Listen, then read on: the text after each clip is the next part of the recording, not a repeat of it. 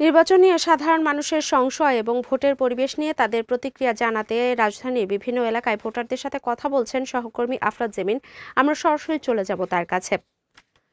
জেমিন, আপনি তো সকাল থেকে বিভিন্ন শ্রেণী পেশার মানুষদের সাথে কথা বলছেন ভোট নিয়ে, তাদের প্রতিক্রিয়া কেমন সেটি আমাদের জানাবেন এবং শেষ মুহূর্তে নির্বাচন নিয়ে তাদের মধ্যে কোনো সংশয় বা অন্য কোনো কিছু কাজ করছে কিনা সেটিও জানাবেন।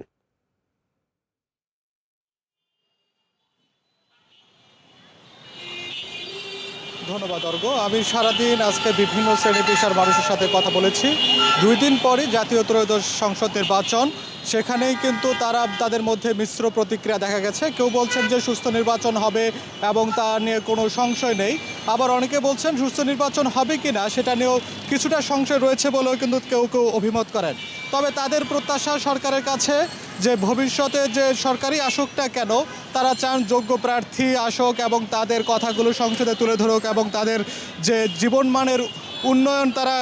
যাতে করতে পারে সেই বিষয়গুলোকে তারা কিন্তু গুরুত্ব দিচ্ছেন এবং তারা বলছেন যে তাদেরকে তারা ভোট দেবেন যে প্রার্থী যোগ্য, সে কোন দলের সেটি বিষয় নয়, সে যে দলেরই হোক, যে প্রার্থী যোগ্য এবং তাদের জীবনমানের এবং কর্মসংস্থান সহ মৌলিক যে অধিকারগুলো রয়েছে এবং বাক স্বাধীনতা নিশ্চিত করতে পারবেন তাকেই কিন্তু তারা ভোট দেবেন বলে জানিয়েছেন। তবে বিভিন্ন শ্রেণী পেশার মানুষরা বলছেন যে তাদের সবচাইতে বেশি যে জিনিসটি দরকার সেটি হচ্ছে তাদের কর্মসংস্থান এবং তাদের যে আয়ের যে বিষয়টি রয়েছে সেটি তারা বেশি প্রয়োজন বলে তারা বলছেন যে কর্মসংস্থানের ব্যবস্থা সহ তাদের মৌলিক যে চাহিদাগুলো রয়েছে সেগুলো যারা পূর্ণ করতে পারবেন এবং সংসদে তাদের কথাগুলো তারা তুলে ধরতে পারবেন, সে যে দলেরই হোক না কেন, সে যদি যোগ্য হয় তাকেই তারা ভোট দেবেন, এমনটি কিন্তু তারা জানিয়েছেন। এছাড়া সামনের যে নির্বাচন রয়েছে সেখানে কিন্তু তারা নির্বিঘ্নে এবং সুষ্ঠু ভোট যাতে হয় সেই বিষয়টি যাতে নিশ্চিত হয় সেটি কিন্তু তারা প্রত্যাশা করছেন এবং সরকারের কাছে তাদের একটাই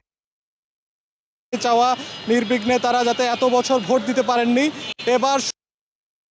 সুষ্ঠু নির্বাচনের মাধ্যমে তারা সুষ্ঠুভাবে ভোট দিয়ে তাদের যে প্রার্থীকে তারা চাচ্ছেন সেই প্রার্থীকেই তারা নির্বাচিত করতে পারবেন, এমন অভিমত তারা ব্যক্ত করেন।